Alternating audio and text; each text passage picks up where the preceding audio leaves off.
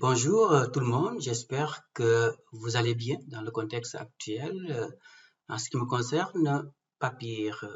Je me présente, Elhadji Touré, bienvenue au cours d'introduction à la statistique sociale dont je suis chargé de l'enseignement sécession depuis déjà 9 ans.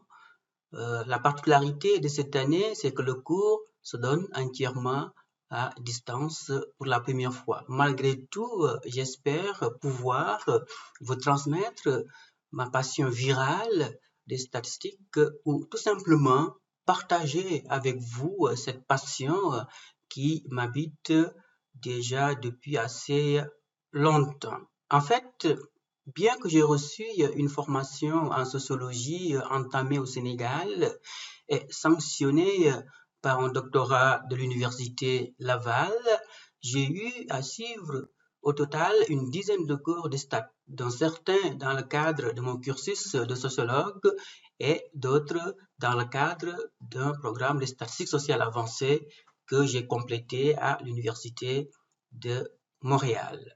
Aussi, j'enseigne les statistiques avancées à des étudiants en doctorat au département de psychoéducation de l'université de Sherbrooke et j'y travaille en tant que statisticien au sein de groupes de recherche où je mène principalement des analyses statistiques en lien avec des problématiques en psychoéducation. De même, je mène des analyses statistiques au département de Sciences Po de l'UDM pour le compte de chercheurs qui s'intéressent à la prédiction du comportement électoral. Par le passé, j'ai eu également à travailler comme consultant à l'Institut universitaire Douglas de McGill sur des problématiques de santé mentale. Et donc, par expérience, et en raison de la formation reçue, je sais que l'enseignement et l'apprentissage des statistiques constituent un défi important en sciences sociales et humaines, particulièrement parce que les étudiants sont réfractaires à l'idée de devoir suivre un cours de stats qu'ils jugent comme étant très compliqués, trop théoriques, de telle sorte qu'il en résulte une certaine anxiété. Une anxiété statistique qui peut entre autres s'expliquer par la façon dont on enseigne les statistiques, c'est-à-dire comme des cours de mathématiques, mais surtout c'est une réalité qu'on peut comprendre parce que la plupart d'entre vous ont certainement une orientation littéraire plus que purement scientifique. Malgré tout, j'espère que la plupart d'entre vous ont déjà suivi au moins un cours de statistiques, notamment au cégep. Quoi qu'il en soit, la réticence est là, l'appréhension demeure. Et au-delà même de cette appréhension et réticence, source dans ces statistiques chez les étudiants, il faut quand même reconnaître que la matière elle-même est complexe.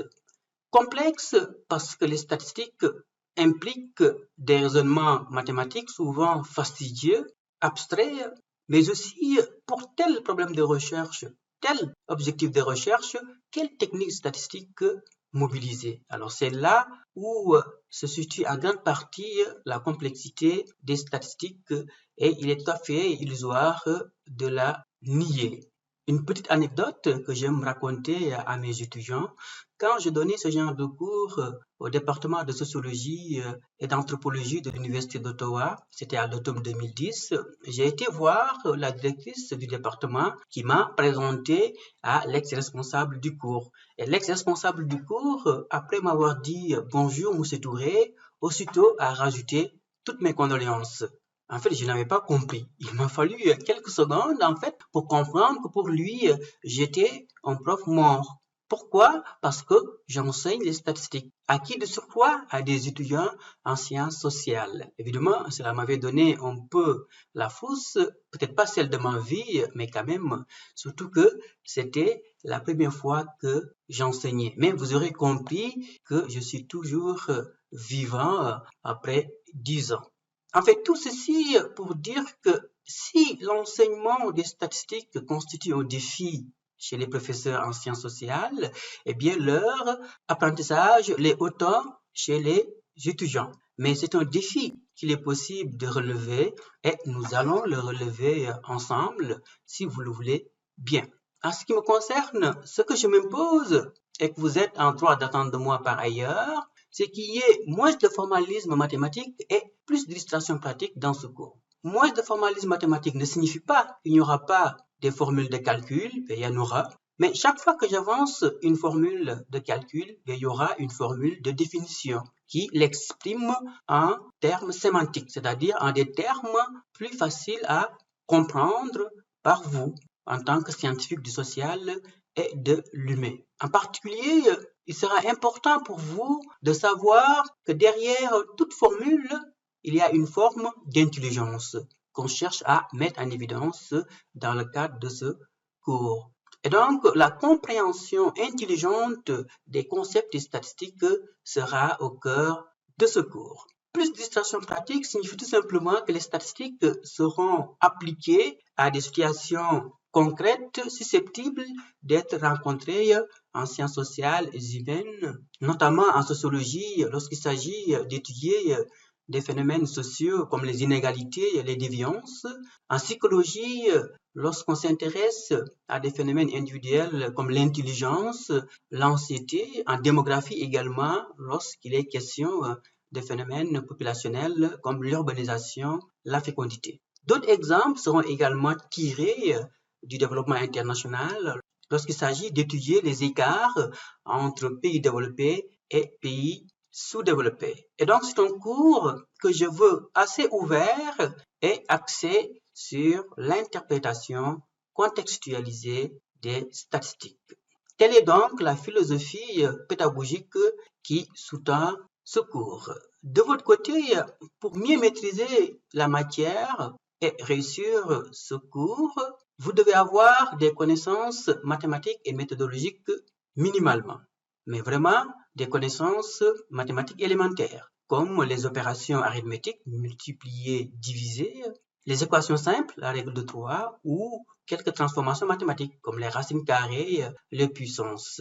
Mais aussi, vous êtes censé avoir suivi un cours de méthodologie ou d'initiation à la recherche. En fait, c'est un préalable à ce cours.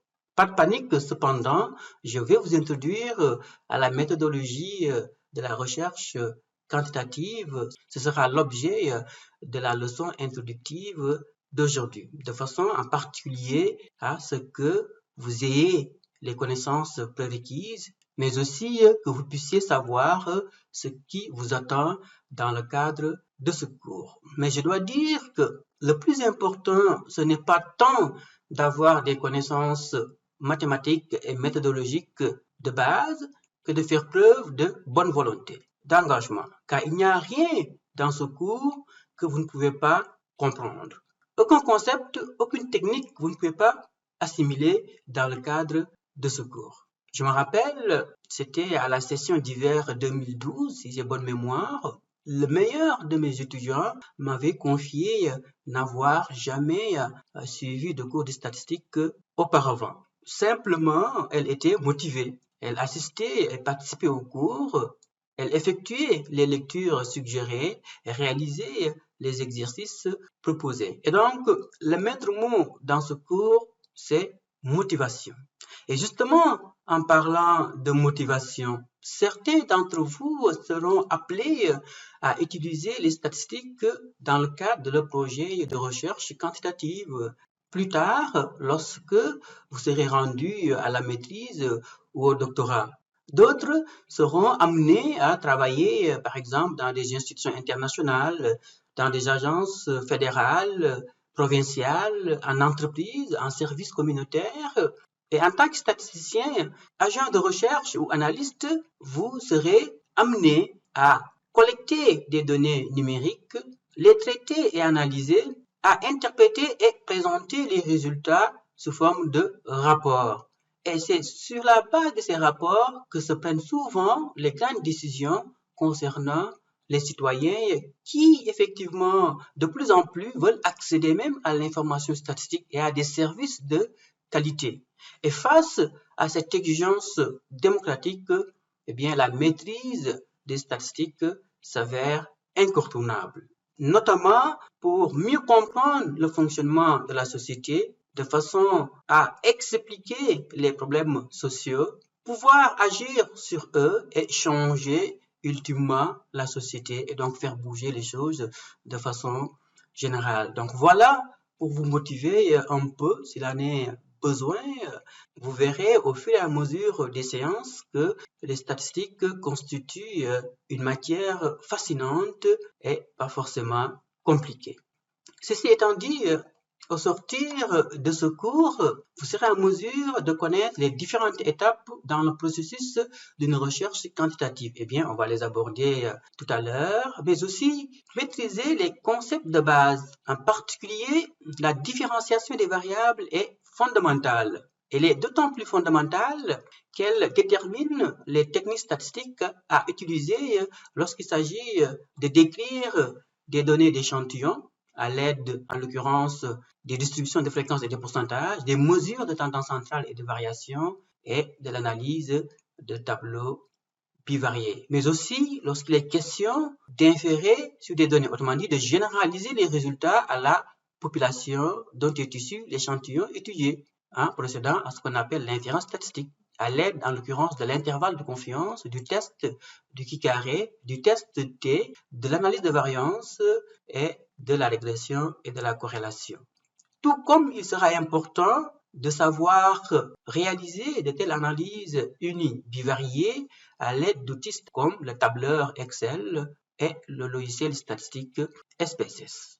Étant entendu, bien sûr, qu'il sera important de savoir interpréter les résultats qui découlent de telles analyses en étant en mesure de faire preuve de ce que le sociologue Giddens appelle conscience réflexive. Car les statistiques ne parlent pas d'elles-mêmes, et comme elles ne parlent pas d'elles-mêmes, il faut les faire parler. Et parfois, on a tendance à leur faire dire n'importe quoi. Comme lorsque le docteur Mayou, s'appuyant sur des statistiques, avançait que les blancs étaient plus intelligents que les noirs. Eh bien, nous verrons qu'une telle relation entre l'ethnie et le quotient intellectuel relève de ce qu'on appelle dans le jargon statistique d'une relation fallacieuse, dont la mise en évidence nécessite d'avoir des connaissances statistiques plus approfondies. Et donc, pour chaque technique statistique abordée, nous verrons comment on peut la manipuler, l'instrumentaliser à des fins inavouées, parfois voulues, parfois non voulues. Car en dehors même du monde universitaire, nous sommes submergés de statistiques par les médias, en particulier, comme en témoigne la pandémie actuelle, et il est important que vous soyez des utilisateurs avertis des statistiques, ne serait-ce qu'en tant que citoyens. Pour atteindre ces objectifs d'apprentissage, on se donne les moyens. La démarche pédagogique est double. Une partie théorique dans laquelle je présente de façon magistrale et intuitive les concepts et techniques statistiques univariées, l'exposé étant souvent entrecoupé de remue-ménage et d'exercices éclairs. Bien évidemment, chaque présentation théorique sera enregistrée sous forme de capsules vidéo et je ferai le nécessaire pour que ces capsules soient disponibles au plus tard dans l'avant-midi de chaque vendredi. Une partie pratique dans laquelle nous appliquons les connaissances assimilées au labo, en particulier, nous utiliserons le logiciel Excel pour construire des graphiques et surtout procéder à des opérations de calcul. Et je pense que c'est l'un des meilleurs moyens pour comprendre les techniques statistiques et accéder à leur intelligence, mais aussi à l'aide du logiciel SPSS lorsqu'il s'agit de procéder à des analyses statistiques plus systématiques. Pourquoi SPSS? Parce que c'est le logiciel le plus fréquemment utilisé à raison notamment de son accessibilité en termes de manipulation. Pour ce qui est donc des labos web, vous avez la possibilité soit d'installer le logiciel SPSS sur votre propre ordinateur personnel. Sur le site web du cours, j'ai mis un lien qui explique un peu la procédure. mais aussi vous avez la possibilité d'utiliser des machines virtuelles. Je pense que vous avez le lien sur le plan de cours. Donc, une fois que vous avez fini de visionner les capsules vidéo pour ce qui est de la présentation théorique et du labo web, vous vous rendez à la rencontre web pour discussion. En particulier, on va se servir de la plateforme Teams pour se rencontrer. Ce sera l'occasion de poser des questions et donc de revenir sur les éléments du cours qui n'ont pas été abordés ou qui n'ont pas été bien expliqués. Un autre moyen à utiliser dans ce cours est le volume de référence. Donc voilà comment se présente ce livre, donc de Fox, est traduit par Imbo. Ce que j'aime particulièrement dans cet ouvrage, c'est le style vivant et interactif de l'auteur. En fait, Fox écrit comme s'il s'adressait oralement à ses étudiants, de telle sorte que c'est un style qui favorise un peu l'apprentissage des statistiques, un style avec une certaine aussi dose d'humour. Vous avez la possibilité effectivement d'acheter cet ouvrage en ligne sur le site de la librairie de l'Université de Montréal. Donc l'achat de cet ouvrage est obligatoire, mais il ne se substitue pas au visionnement des capsules vidéo et à la présence à la rencontre web. Pourquoi? Parce que dans bien des cas, je sors de cet ouvrage pour compléter la matière enseignée ou simplifier la façon dont une formule est présentée par Fox ou encore présenter des concepts autrement de façon à ce qu'ils soient mieux compris. Terminons par le contenu du cours. Dans la première partie, nous aborderons les statistiques descriptives, en commençant par cheminement en recherche quantitative, statistiques et variables, distribution de fréquences et de pourcentages, mesure de tendance centrale, mesure de variation et analyse de tableaux croisés. Et à chaque fois, nous aborderons la théorie et les laboratoires, Excel et SPSS. Dans la deuxième partie, il sera question des statistiques inférentielles. Je commencerai par vous introduire à l'inférence statistique avant d'aborder le test du carré, puis le test Theodor-Sidon, le test F d'ANOVA, avant de terminer avec l'analyse de corrélation et de régression. Là aussi, à chaque fois, nous aborderons la théorie et les laboratoires Excel et SPSS. Voilà pour ce qui est du contenu du présent cours. Je vous remercie.